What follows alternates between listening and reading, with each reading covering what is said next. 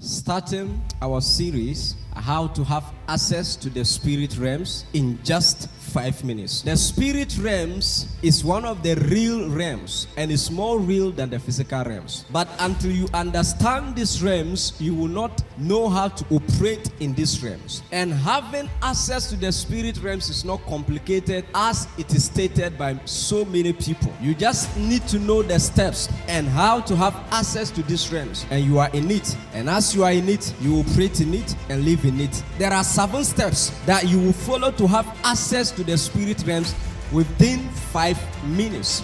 You are already there.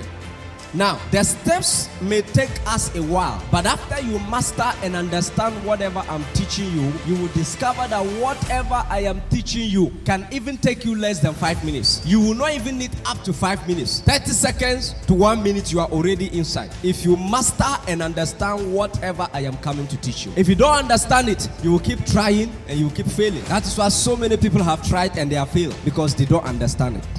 Now, there was a prophet in the Bible who actually taught us how to zoom and how to see in the realm of the spirit. And that was Prophet Habakkuk. Habakkuk, the chapter 2, verses 1. The Bible said, I will stand upon my watch and set me upon the tower and will watch to see what he will say unto me and what I shall answer when I am reproved. I will stand upon my watch and set me upon the tower and will watch to see what he will say unto me and what I shall answer when I am reproved. So Habakkuk gave us the steps to having access to the spirit realms. He gave us the laid down procedure to hearing the voice of God and then having access to his realms. The number 1 was that he said, I will stand upon my watch. I will stand upon my watch. In God's realms, we watch by communicating. So, number 1, he said, I will stand upon my watch. How do we watch? In the realms of God, we watch by communicating. So, until you are able to watch, you will not see. Until you watch, you cannot see. So Habakkuk was saying that I will stand upon my watch. Many people want to see without watching, and many have tried over and over to see without watching. But before you can see, you have to watch. If you don't watch, you cannot see. So Habakkuk said the first step of every prophet, or the first step of every believer trying to access God's voice, is that that person must stand upon his watch. And what is watching? Watching is communicating. Watching is praying. And watching is understanding the ways of God, the ways by which God speaks. That is what we call watching. So when we call you a watcher, we are indirectly saying that you are somebody who understands the happenings in a particular environment. So whenever something is wrong or when something is missing in this church, the first point of contact is the watchman. We will ask the watchman and said, are you aware of this missing thing? If the watchman say yes, matter die. If the watchman say he don't know where it is, we now have to do further investigation. So watching in the realms of God means what? Communicating to God, praying.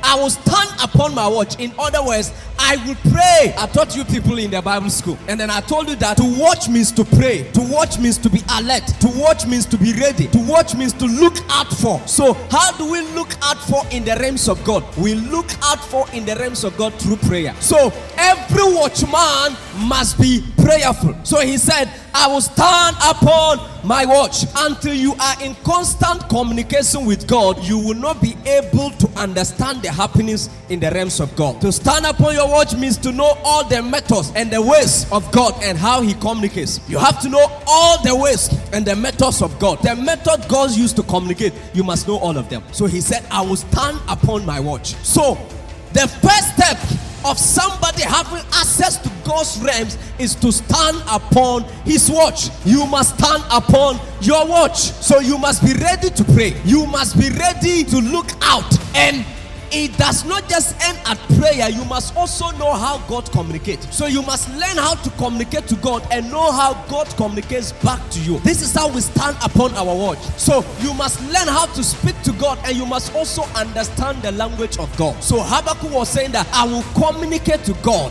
and when God also communicates back to me, I will be able to understand what God is saying. So I will stand upon my watch. Look at what the Bible said in Revelation 3 verses 20. Jesus said, I stand upon the door and I knock. He that hear my voice and open, I will come in. He said, I stand upon the door and I knock, and he that hears my voice. Now, Jesus is standing at the door and he's knocking, and he saying that he that hear his voice. So which means the voice of God is the knock. Now, he knocked and then he said, he who hears my voice. So which means that God can knock and you may think it's a knock, meanwhile it is a voice. So standing upon your watch means you must understand even the way God communicates. So to stand upon your watch means to be prayerful, and beside that prayer, you must know how God communicates to you so that you can be able to hear him. This is how we stand upon our watch. So he said, I knock, now. And then the next one, he said, he that hears my voice. Why not he that hears my knock? Because you are knocking, you are not speaking. Yet he's saying that he that hears my voice. In other words, the knock of God was translated to be a voice. So Jesus was saying that I communicate and I speak every day. So a knock on your door can be a voice. Your ability to interpret that knock as a voice will determine whether I come into your life or not. So God communicates in a mysterious way. He communicates in a way that if you don't understand, you will be standing there thinking that God hasn't spoken. Meanwhile, God have already spoken. So that is why we can be here and the Lord will enter this building and speak to me, and you will not know that God have spoken to me, because the way God used to speak to me is because I am on my watch. I have stand upon my watch, but you are not standing upon your watch. You may be waiting for an audible voice and you will not hear that audible voice. Why? Because you don't know how to stand upon your watch. You may be waiting for God to tender from heaven, and God will not tender from heaven. Why? Because you don't know how to even interpret the happenings in that environment. So when a prophet enters in an environment, the prophet is ready to use anything to prophesy. So a man who knows how to stand upon his word is a man who understands the ways and the methods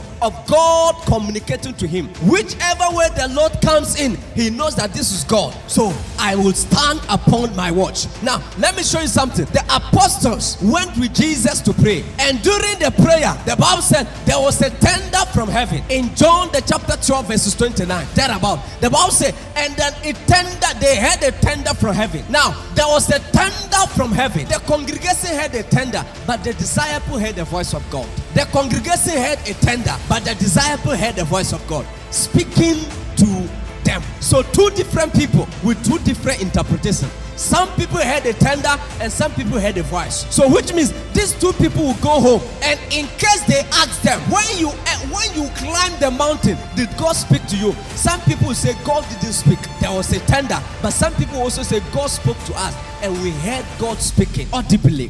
Which means the disciples were upon their watch, but the congregation were not upon their watch. So you need to be taught how to stand upon your watch. If you are not taught how to stand upon your watch, God will be speaking every day and you will not know that that is God speaking. So you must understand the ways of God and how God communicates. The Bible said one day Elijah decided to pray and call rain. And then the Bible said when Elijah was calling this rain, he prayed 7 diverse kinds of prayer. And other verses will say 7 dimension prayers. He prayed in 7 dimensions, 7 diverse kinds of prayers. And Elijah keeps sending his servant, go check and see if God is about to bring rain. The servant will go and come, Master, there is nothing. He will send him again. He will come back and say, Master, there is nothing. He will send him again. He will come back and say, Master, there is nothing. And then the Bible says, until the 7th time, he came back and gave a report. And what was the report? He said, I saw a cloud like the fist of a hand. I saw something small. There's a cloud just like the fist of the hand. And Elijah said, go tell King Ahab to hurry up and run home, because God is about to send rain. I can hear the abundance of what?